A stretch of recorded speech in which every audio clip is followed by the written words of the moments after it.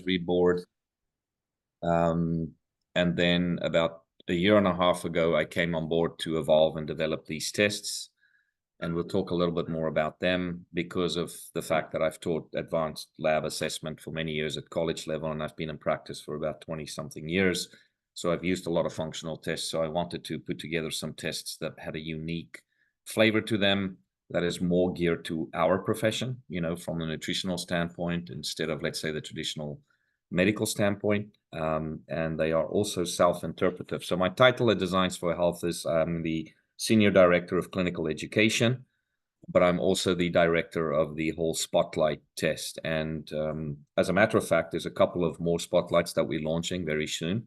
We're going to have a skin beauty Spotlight test, which is more of a genetic one. And then we're also working on launching a Spotlight for sport, which is coming about very shortly. And then maybe something on the oral microbiome in the future, and also anxiety and depression. But the ones that I'll be sharing with you tonight can already tell you quite a bit about every one of those categories.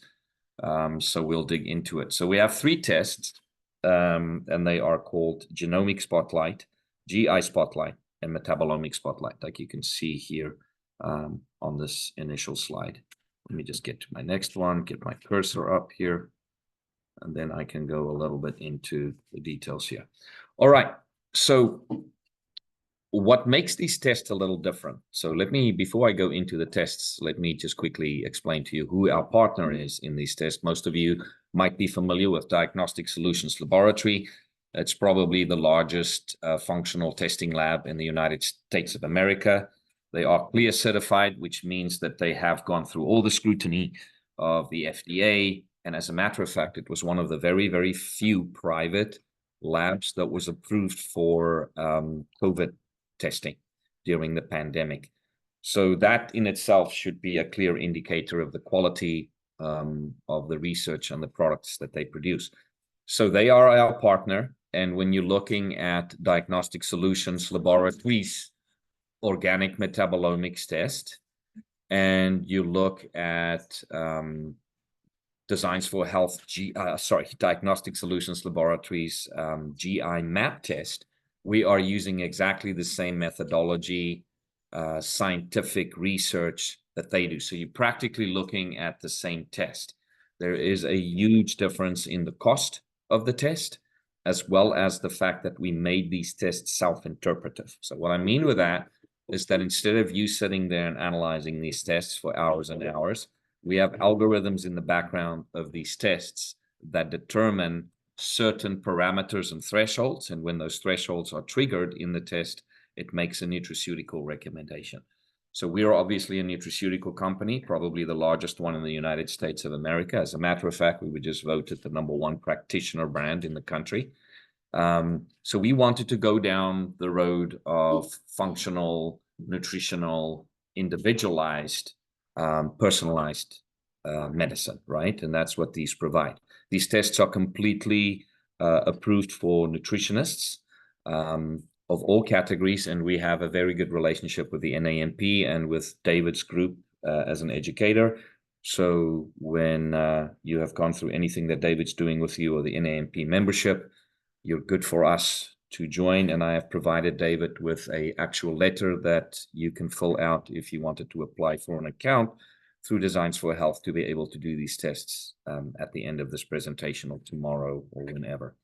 All right, so let's get into it. So the 3 tests, like I said, is metabolomics, GI, and genomics. And the metabolomics test is one of my favorites because I think it is probably the best functional test on the market at the current time that can measure overall health. And what I mean with that, what I'm trying to create is I'm trying to create for us as a profession to have a test that is kind of like your yearly physical, right? So you go to a doctor for a yearly physical, they look at your CBC and your cholesterol and your blood sugar, and then they determine how close you are to a disease state, right? I mean, that's pretty much modern medicine. And they tell you that there's nothing wrong with you and to move on with your day. What we're doing here is a little bit more in depth, right? And we are picking up problems way before they happen. As a matter of fact, the anecdotal scientific evidence is showing us that functional testing can pick up chronic potential disease 5 to 7 years before manifestation, right? So if you pick up something in this test, clearly we are not doing this from a diagnostic perspective. I understand the terminology for us as nutritionists cannot be diagnostic in nature, but you can certainly indicate to that patient that there are certain symptoms that lead to conditions, and these tests would be much better at picking up those issues earlier. And why I say metabolomics is so great, because you can see that we have 5 categories that we investigate in the metabolomics test. The first one would be energy metabolism, right? So that's telling us everything about the status of your energy, how well your body is utilizing the macronutrients, carbohydrates, fats, and proteins for energy substrates to produce ATP. We have an entire section on B vitamins. They are so important with every pathway in the body, but especially the Krebs cycle and the neurological health. Then there's a whole section on central nervous system neurotransmitters and hormones that I'll go into a little bit. There's a section on toxic impacts, showing us how well your body is detoxifying and clearing certain toxins. And then the final category is digestion and microbial metabolites. So there are a certain amount of microbes that spill over in the urine if there's imbalances or dysbiosis that could be indicative that there is a problem in your gut. So in this test, we can physically pick up earlier stages of prediabetes, chronic fatigue syndrome, fibromyalgia, neurological anxiety, depression indicators, bloating, constipation because of detoxification problems, and then early stage indicators of digestion and microbial metabolites. Now, you can also see that we've created these little circles. And this little lollipop looking thing is actually a magnifying glass, and that's what we call spotlight. And you can see it's indicating in each category, right? You have green, you have yellow, you have red, and low would be low support, medium support, and high support. Please understand that these tests are functional in nature, and sometimes you might have a person with higher symptoms that are at earlier indicator than maybe something at later indicator. So even though this is self-interpretive, we still want you to be the practitioner and draw this patient's symptoms towards the actual outcomes. The second test, and by the way, I'll go into each one of these. I'll show you a sample of each one of these. The second test is the GI test, and you can see that this test has 6 categories, right? So these 6 categories are microbiome keystone diversity, gut barrier integrity, does that person have leaky gut, inflammatory dysbiosis and LPS, and I feel this is quite unique to our test, and I'll talk about that, digestive insufficiency, immune response, and then fungal, right? Those are the 6 categories that we have here. Now, in this pretend test, so to speak, you can see that this person has issues with commensal bacteria, and there's certainly indicators of permeability and early indicators of inflammation by looking at the LPS. Now, these tests are also pretty simple for your patients to understand, because clearly you're indicating these circles to them to indicate the relevance of what you're going to be working on in order to get them to optimal health. So the whole idea behind these tests is for you to promote optimal health. Start these tests with people, telling them, hey, your doctors have done your test. There's really nothing on the blood work that's indicating a problem. Let's run one of these tests to kind of pick up what's going on, because we do believe that what you're saying is true, and the fact that you're not feeling good, right? Because that's unfortunately the reality in the medical world. If there's nothing in blood work, then apparently it's in your head, right? And we all know that that's not always the case. So these tests are extremely helpful for that. So please understand that these tests are also non-invasive, right? So as a practitioner or an account holder, which all of you would be able to do, you can order the test. The test is directly sent to your client. The client does the test at home, and then that test is picked up from that client's house and sent to the laboratory. Then you will have access to a HIPAA-secure platform, which only you will have access to because you're the one working with the client, and that's where you get this report. So the GI Spotlight and the GI Metabolomics test are both static reports, so they look exactly the same. This is the format of what they look like, and then I will show you the rest of the test in a second. The genomic spotlight test is a little bit different because there are so many variables with genetics and SNPs. It's impossible to generate a static report, right? Because you have so many variables. You could have probably a 500-page report, if you have to go into every category. So what this is the test kit is sent out. Now, this is a saliva test. The results are uploaded into this platform, and then this platform is where you go in as a clinician and you play around a little bit with what you want to investigate. So this is what it looks like. You have these 8 tiles, and these tiles contain an endocrine investigation, gastrointestinal, detoxification, methylation, inflammation, cognition, anti-aging, and structural.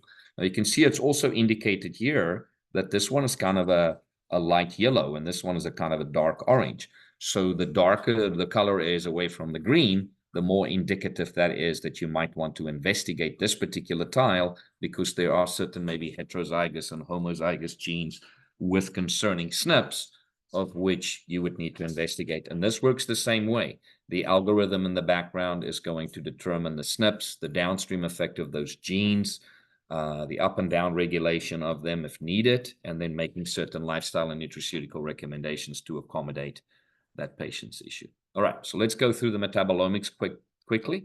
There are 5 spotlights again in the metabolomics test, remember? And the first spotlight is focusing on glycolysis, right? So we want to look at glucose. We want to look at how well your body is utilizing sugar. Is there spillover of sugar in the urine? And like a normal test, if there is sugar in the urine, there is an indication that there might be some problem with blood sugar, right? So this is not a diagnosis of diabetes, but it's certainly an indication that this patient needs to start addressing that problem. Also looking at the Krebs cycle, right? Every step of the Krebs cycle is investigated to determine if this person is producing enough energy, if they may be lethargic or fatigued or brain fogged, or any of those indicators. You can pick it up here. Now, please remember, in the background, there are algorithms calculating things. So there's, an adding, so to speak, on a calculator in the background. And then when a certain threshold is met, there's a kick over and a recommendation to address this. Now, how did we come up with these recommendations and algorithmic assessment? Through clinical research, we investigated every one of the SNPs. We looked at all the scientific data and the literature as far as nutraceuticals and lifestyles are concerned to make an impression in a positive way on those categories. And that's how we created it. So nothing that we've done here is not based on evidence-based nutrition, right? Or evidence-based science from a lab standpoint. Now, these reference ranges are more in a functional range, right? They're not in a traditional American Medical Association range. So they do have a little bit more specificity to pick up issues before they happen. All right. Then we're also looking at fatty acid oxidation. How well is your body taking those fatty acids from the outer mitochondria to the inner mitochondrial matrix to produce energy? And beta hydroxybutyric acid. Now, generally, if you have elevated beta hydroxybutyric acid and elevated glucose, this is a strong indicator that this person is very much on their way to having blood sugar dysregulation, dysglycemia, maybe even type 2 diabetes. Sometimes if the glucose is normal, beta hydroxybutyric acid is high, that might be an indication that that person is doing high intensity interval training, intermittently fasting. They might be kind of starving themselves. That's just the production of ketone bodies, right? So in this one, you can see that the score was at about 4 or 5 o'clock here, which isn't not important. It's just that indicating, yeah, there are maybe a small threshold triggered here, but it's nothing, severe. The second category is focusing on B vitamins. If most of you know the Krebs cycle, you'll know that all the dehydrogenase enzymes in the Krebs cycle, like alpha-ketogluteric acid, pyruvic acid, they have dehydrogenase enzymes, and those dehydrogenase enzymes requires vitamin B1, B2, B3, B5, and lipoic acid to function properly. So we're specifically looking at that. Now you can see in this particular case, this person is doing okay. Please also remember, in organic acid testing, not saying that the low numbers don't have relevance, but the big numbers to the right, the high numbers, are the ones with relevance, because that means that it's spilling over in the urine, that particular enzymatic step, and there's a block in that particular pathway. Another category that we're looking at here is vitamin B12 and methylmalonic acid. We're also looking at formiminoglycemic acid, or folate. So here's where you can actually see if you have an expression in MTFHR, right? And then vitamin B6, because we want to look at vitamin B6 because it's such an important vitamin, the conversion of tyrosine and tryptophan to dopamine and serotonin. So we want to look at that from that perspective. Next category is one of my favorites. It's the central nervous system, neurotransmitter, and hormone section. Because we have such anxiety and depression in our world, I think this is a phenomenal area to look at because it can pick up things pretty early. So it's going to look at tryptophan's conversion to serotonin or 5-hydroxyindole acid. And you can see that there's an issue here in that conversion. So either this person is on an SSRI, they're taking tryptophan, or they might have an issue with conversion due to some lack of vitamin B3 or iron or something to that effect. The other ones that we look at is tyrosine, right? Tyrosine converts to catecholamines. Tyrosine converts to dopamine and then epinephrine and norepinephrine. And we're also looking at GABA that comes from glutamate. So you can see that there's an issue here. Now, this makes total sense because if you go back to the previous page, you can see that this person has a problem with B6, right? And B6 is required to do this conversion. And that's why this one is elevated. So we clearly know that this person has a B6 issue going on, and that's affecting their neurotransmitter. So any associations to what's happening in GABA conversion could be problematic with this person. Then this category is looking at HVA, VMA, and cortisol, homovalenic acid, vanillin, mandolinic acid, and cortisol. And this can tell us if a person is stressed and wired or stressed and tired. So when we're looking at these particular markers, we want to make sure that we're not giving a person adrenal stimulation when they are on adrenal overdrive. And I've done that a lot. I've made that mistake a lot in practice where a person is showing signs of adrenal fatigue, and then I'm putting them on adrenal stimulatory nutraceuticals, and then they go into almost a manic state. So this is really helping us to find that cutoff, because remember, if you are on adrenal overdrive, you might be very fatigued, but your body still has enough cortisol to compensate, for that stress response. But at some point, you run out of the precursors and substrates to make that happen, and then you drop. But please also understand, folks, if I'm talking about things that you don't understand here, there's a couple of things that you need to remember about us as a company. So we have a self-interpretive test, which I'll show you the test results at the end here. We have a clinical support team that can take you through these tests at any time for as many times as you want at no charge. And then we have an incredible education platform that David was talking about that you actually can get CEs for, that discusses every analyte, every microbe in every one of these tests, right? It's a pretty extensive education platform. It's about 9 to 11 hours per course. So it's at master's level. So you're always going to have this information at your fingertips if you wanted to dig a little bit deeper. The fourth category, we're looking at toxic impacts. One of my favorites here is 8-hydroxy-2-deoxyguanosine. This is actually something that's telling you a little bit about DNA oxidation. So actually cell replication is starting to be compromised here. That is a pretty serious issue. We're looking at the urea cycle to see how well you're breaking down amine groups. Kidneys, we want to see how well you're reabsorbing, secreting, anything that you're taking through the nephron.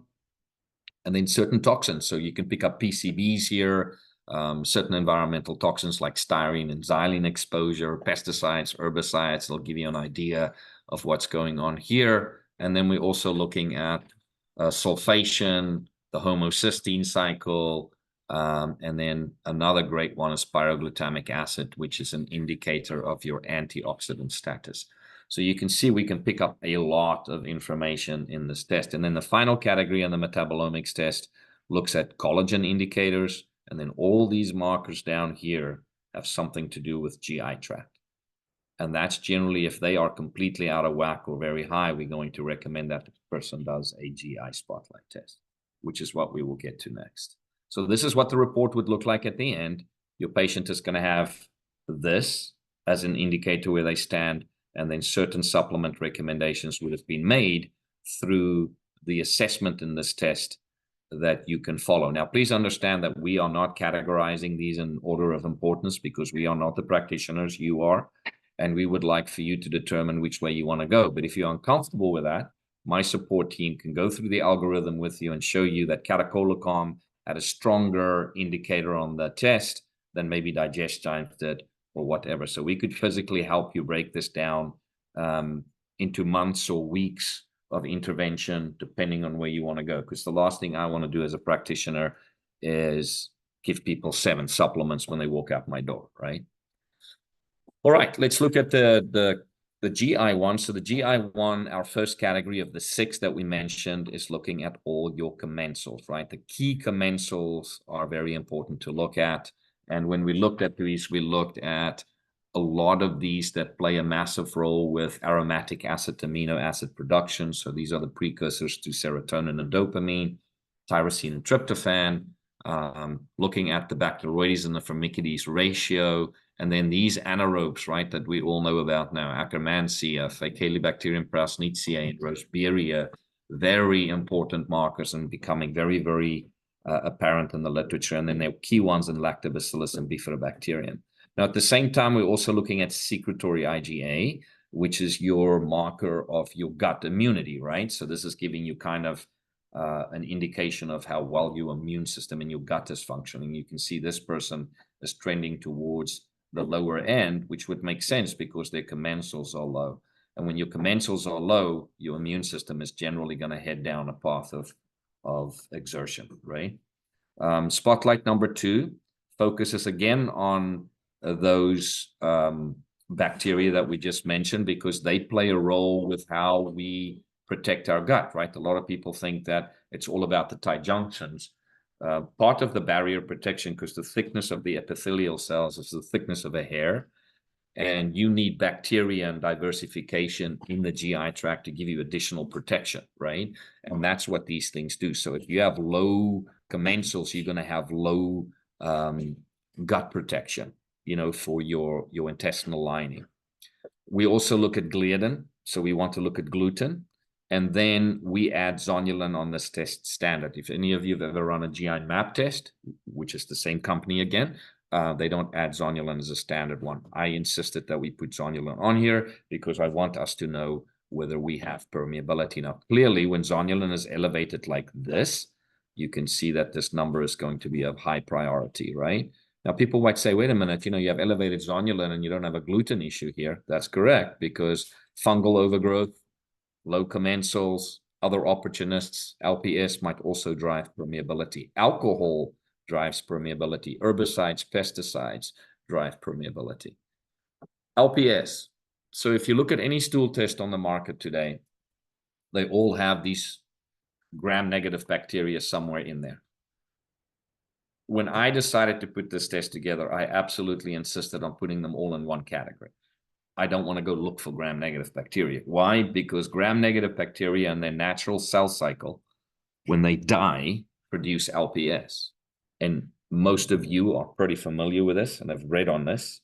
So you would probably know that LPS is probably in just about every piece of literature currently when it relates to inflammation and when it relates to neurocognitive dysfunction, Alzheimer's disease, dementia, anxiety, depression, autism, rheumatoid arthritis, any kind of inflammatory condition basically has an association to LPS. So LPS is a natural endotoxin produced by gram-negative bacteria, but when you have an overgrowth of it at a high level, then you're producing more gram-negative. And also, if you then have permeability in your gut by looking at your zonulin, that means that all this LPS is escaping into the bloodstream and causing a problem, right? So what we want to do is we want to bind those LPSs in the gut, make the molecule too big to pass through the gut barrier, and that way protect you from creating inflammatory issues. Digestive sufficiency, again, we're looking at all the bacteria that play a role with helping us break down food, right? Bacteria in our gut is part of our digestive system. It's certainly not just your stomach acid or your elastase and pancreatic enzymes. It's also the bacteria in your gut that help to disseminate nutrients and extract them and help us. It's a very symbiotic relationship. In here, we also dig kind of deep into the Staphylococcus, Streptococcus species. And what we've seen recently in literature is when these species start getting elevated, hypochlorhydria is an indicator, as well as potential PPI use. I'm not saying that's the cause of the Staphylococcus. It's just that Staphylococcus likes to grow in an environment that doesn't have enough acid. Methanobacteriaceae family, we like looking at that one because we want to look at potential small intestinal bowel overgrowth. And then the key players here is steatocrit and elastase 1 that tells you about bile. sequestering, as well as digestive enzyme functioning and pancreatic enzymes, right, with elastase 1.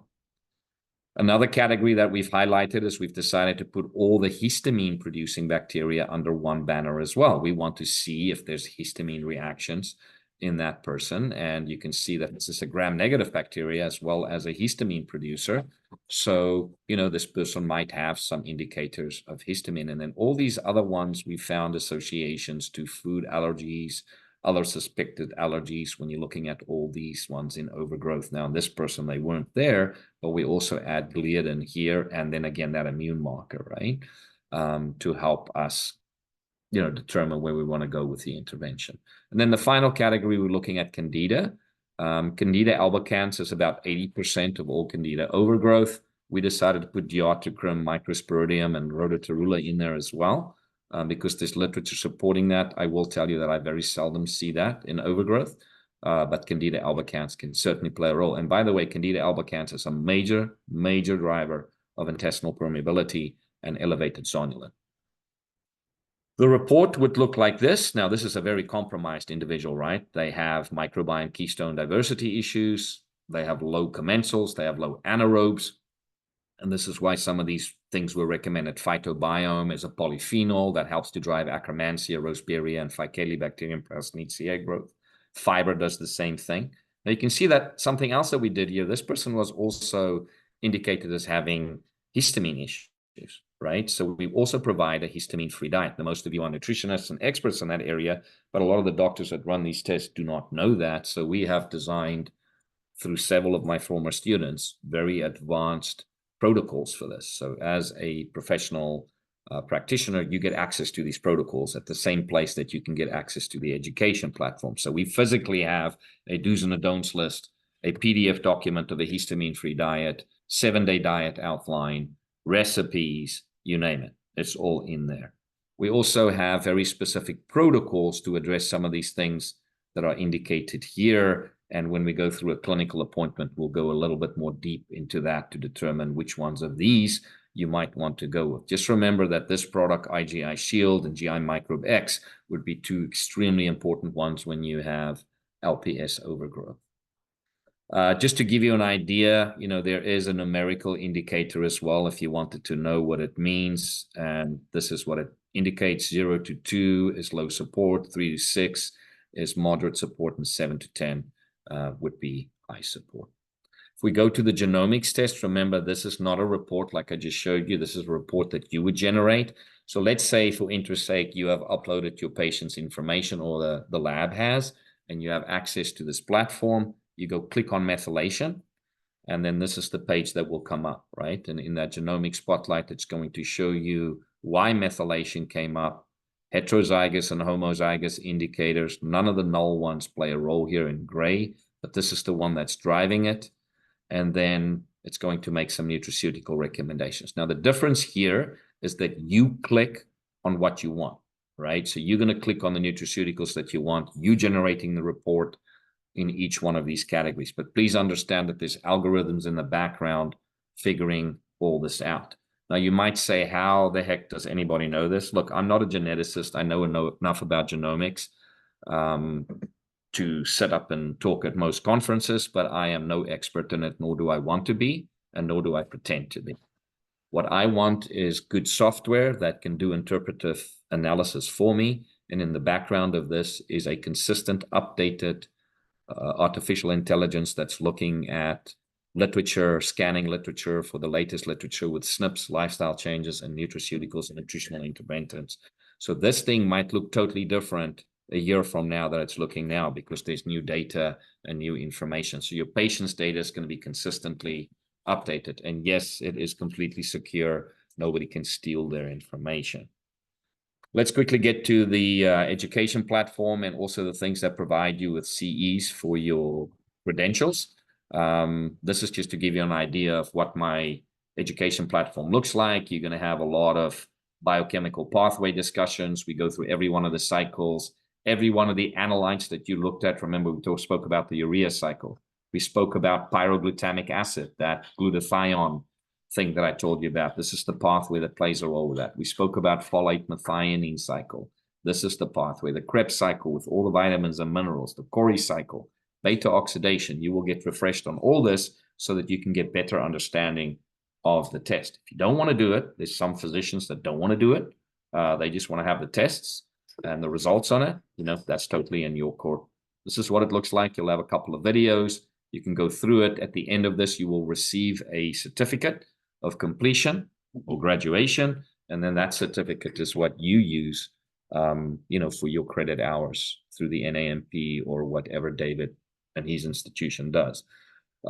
So these are the diet outlines and handouts that is also available on something called the Teachable platform, which is where you're going to find all your educational materials.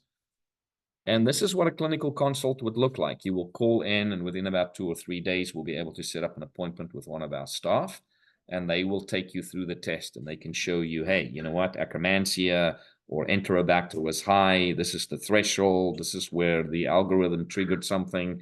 And then we can help you highlight.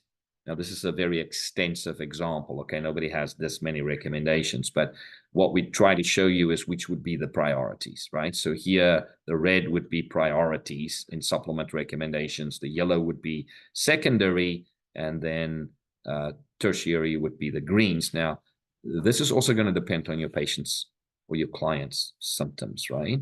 And this is where you would need to discuss that with the team as well. In addition to that, yes, there's more. I also designed reference guides. So you will have these quick little reference guides at your disposal on a table if you quickly want to see what one of these things mean. Now, it doesn't go as deep as the education platform does. So when I put this together, I wanted to make sure that you have everything at your disposal all the time. So you have quick reference guides that you can quickly check things up. You have a customer support team that will review these tests with you to give you better clarity. And you have an education platform if you want to go investigate any one of these analytes or microbes or gene SNPs in an education platform. In addition to that, at Designs for Health, we also have protocol centers that we have protocols that have been put together for nutraceuticals that combine several pieces of data or research for maybe ADHD support or anxiety support or brain health support. This has nothing to do with the testing. This is just protocol centers that we've created for different categories like female health in the next slide here, neurological health, cardiometabolic health. There's about 11 protocol centers that we've put together, all with protocols in them that you could physically give to your patient, and they're all well referenced. In addition to that, we can provide you with promotional material for your office or your practice that you can provide to your patients. And we also have, I created something called the Magnificent 7, which is 7 little questions, like a little card that somebody can fill out in your office or online if you're doing an online practice. And you can determine which one of these tests would be best suited for them. All that information, all that stuff will be given to you once you have a professional account and you have access to Teachable. So what would generally happen, once you get approved to an account, a sales rep or a FMC would reach out to you and take you through all of this and tell you how you need to go about, setting up all these things. In addition to this, my team and I have just completed this, and we're in the beta testing phase at the moment. We've developed probably the most advanced and in-depth drug nutrient depletion checker at Designs for Health. The only way that you'll have access to this is if you have a professional account, and it's for free, right? So you can put in any drug. We went in the top 200 drugs, prescribed drugs in the United States of America, all the depletions, all the interactions. We even tied the genetics to it, and it's all at your disposal at the press of a button. So you can see this is what it's going to look like. Let's put a meprazole in, PPI. What is it all about? Tells us you about the depletions, supportive interactions, negative interactions, common side effects, genes, and cautions. And then we also provide references for those of you that want to investigate it. So it goes really deep into that. And clearly at the end of it, it's going to make some of the recommendations for the products that can be e-script and added to a cart. And you can check out for your patient if they wanted to do that. So that is my presentation, and I'll open it up to some questions, Dave. Yeah, sure. That was fantastic, Oscar. And just to reiterate, guys, yeah, there's so many awesome supportive tools at Designs for Health. I think what a lot of people will probably ask, so I'll just nip these questions now, is how to sign up. I'll get you a letter first thing tomorrow if you're interested in signing up for a professional account. That'll get you to the front of the line. And yeah, a lot of the questions here, I think you already answered, Oscar. Corinne, for instance, was wondering if you have questions about your client's test results, will the DFH team consult with you and help you through that process? Absolutely. I Yeah, know. and again, Dave, I think that the thing that I've tried to do in this company with this is make it better than anything out there, right? So Yeah. that's what we hear. We are actually starting to interpret most people's GI map tests now because of the service that we provided. Now, look, I mean, we are clearly, at full disclosure, promoting our own nutraceutical line for obvious reasons, but yeah, I mean, that's the level of interpretation that we would provide. Yeah, and don't be scared to want to do more of it. We actually even have practitioners at the moment that don't even see us face to face, because that'll be like a live video call. We'll actually see each other on a screen. But we have people that just say, hey, listen, can you just do that quick analysis on it and send me the report? So we physically scribble on there and indicate, like we would do in a live session if they're doing 10 or 11 tests at a time, without them having to do maybe a one-on-one if they didn't want to, if that makes sense. Here's one, Oscar. What is the accuracy of picking up fungal organisms on these tests? I think, well, there's always a debate on, how accurate stool is versus urine, when it comes to fungal overgrowth. I think that's, a reasonable, open debate. But for me, the arabinitol indicator on the metabolomics test will generally show a better indicator of some fungal issues before I would probably put my hat into fungal on the gut. But if there is fungal indicators in the GI tract, then by all means, it's a pretty serious endeavor, at that particular point. Agnes wondering, are these tests pretty accurate to take during pregnancy, or is the hormone fluctuation going to throw some things off, do you think, maybe in the metabolomics? No, it won't. Look, if anything, it'll be interesting to look at what these tests provide in the pregnancy category. And this is the other thing I wanted to talk about. So in the first question, no, I don't even tell people to go off anything when they're doing these tests, right? There might be something that you can't eat the night before, but that will be well indicated in the kit when your patient or your client receives it. But as a general rule, I don't want people to change anything, because I want to physically see what's going on in your body at the moment. If you are taking B vitamins, are they being utilized, right? That's kind of what we want to see here. And it'll be fantastic to look at metabolomics testing in a pregnant population to see how that's different from a non-pregnant person, right? So you're not doing these things based on only a general population. You're doing these tests to enhance your own library of information when you're working with patients. These things are completely non-invasive. You're not drawing blood. You don't have to have a phlebotomist present. So I use these tests at all times, at all levels. I've done them on kids as young as 1 year. I've done them on people as old as 93. So it's autistic children. I do a lot of them on, anxiety and depression, a tremendous amount on. Now, the hormonal fluctuations, the first part of that question, look, your hormonal fluctuations is not really that indicative in these tests, because we're not running a Dutch test here. That would be a different discussion, right? If I'm doing a Dutch test and I'm looking at certain of the estrogen metabolites, I would probably say I want to determine what I do in pre and post there, but not for metabolomics when it comes to general overview of health.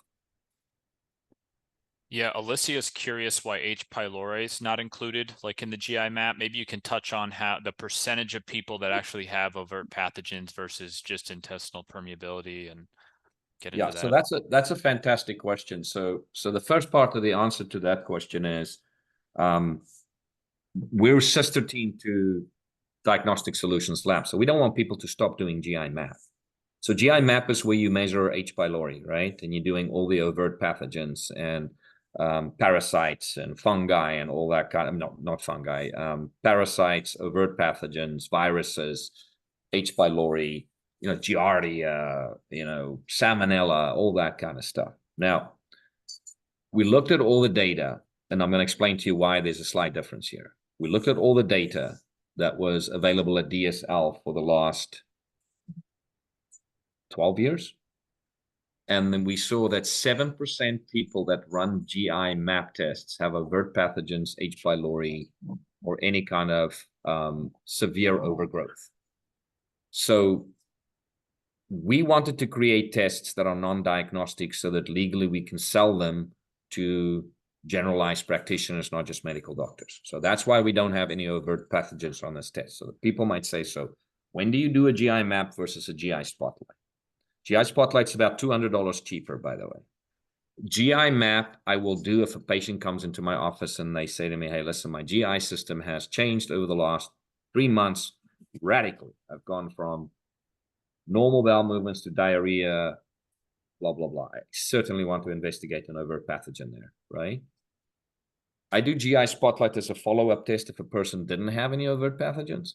And I also do GI Spotlight testing if a patient comes into my office and they said they've been to every doctor on the planet, they've done every test on the world, and people tell them that there's nothing wrong with them, but when they eat something, they distend looking like they're 6 to 9 months pregnant. That's when I do GI Spotlight. So I do GI Map and GI Spotlight, and that's the reason why we don't have H. pylori on this test. If you want the H. pylori, just run the GI Map.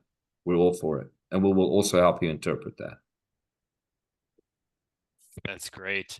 Yeah, we have a question here about whether Designs for Health has binders. I know the Charcoal Plus binder is great. Yeah, so the Charcoal Plus binder is fantastic, but one of the best things that you can do as a binder for LPS is serum bovine immunoglobulins, right? So that's in the IGI Shield product, and that's one of the things that we use to bind those LPS gram-negative dials in the gut and make sure that it doesn't get into the bloodstreams. Really, really strong literature supporting that at the moment. And from a clinical perspective, I can tell you, having done that protocol quite frequently with LPS overgrowth, it's pretty remarkable the results that you can get. So that's another good binder. Let's do one more question, and then we'll just kind of reiterate all of the educational tools and things you can sign up for here. Darlene is curious, what kit would you recommend to begin for skin conditions? Which test? Well, we're launching a skin test by September, right? So that's a genetic test that's going to run about $179, which is just looking at certain genes and certain skin aspects. But for a skin thing, probably GI, right? Because I would want to look at some of the bacteria that play a role with the allergenic response, especially when you're looking at the histamine and the allergy category in Spotlight 5. That could be a great indicator if it's a really serious psoriasis or, kind of eczema scenario. But you could also run metabolomics by looking at the detoxification pathways, right? But I think if I look at the more advanced skin conditions, it's normally something I want to treat in the gut, right? So I would generally go down that road. And what about last question, hormonal or HPA axis dysfunction? HPA axis dysfunction, without a doubt, you want to look at the catecholamine category and the Spotlight tests under Spotlight 3, where we look at homovalenic acid and vanillin, mandolinic acid, and cortisol. Yeah. Right. That is really, really the place where we're looking at that stress response. Female hormonal stuff, we don't have a test at this particular point. I'm a big fan of the Dutch test, right? We do recommend people do that, and they run them. But there's probably a chance that at some point we will go down that road, once we've launched all these other ones. Yeah, great stuff, Oscar. Just to reiterate, guys, I mean, I had a client the other day, or maybe a couple weeks ago, did both tests, came back, high anti-gliadin, high zonulin, a few other markers. Designs for Health has all of the tools already built to send to your client, right? They got the gluten-free diets. They've got the protocols for the intestinal permeability. So it just saves a lot of time. They've got all the plans right in, what is it, Well World, Oscar, is called, with a cell phone app? Say again, sorry, but I got distracted here for a second. I'm sorry. You're Go ahead. good. What's the platform you guys use? Well World? Oh, yes, yes, yes. So Wellworld is the platform that holds the HIPAA security, Yep. right? So again, you know, Dave, the best way to do it is provide every one of the people on the call with a letter if they don't have an account with us. That is legitimately a letter signed by me to get you approved quick. And you can ask David. That's how I got David in, right? And I think that's how we got you in, right, Dave? I want to be Yeah, I clear. can't remember. It was a while Yeah. back. But the platform will then be aided with your FMC. So as soon as you get your account approved, you will have an immediate email from one of your representatives to take you through how to get on Well World, how to get to Teachable Platform, you know, how to access all this stuff. And you can physically do that within a day, right, of signing up for an account. Yeah, if you're a functional practitioner, you definitely got to be on this platform.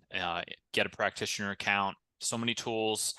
Thank you, Oscar. If you guys have additional questions, you can email me. I'll put my email in the chat now, and I will email everybody tomorrow this letter that Oscar is referring to if you are interested in setting up a practitioner's account. Thanks. All right. Thanks so much. Have a good night. Take care. Thank you.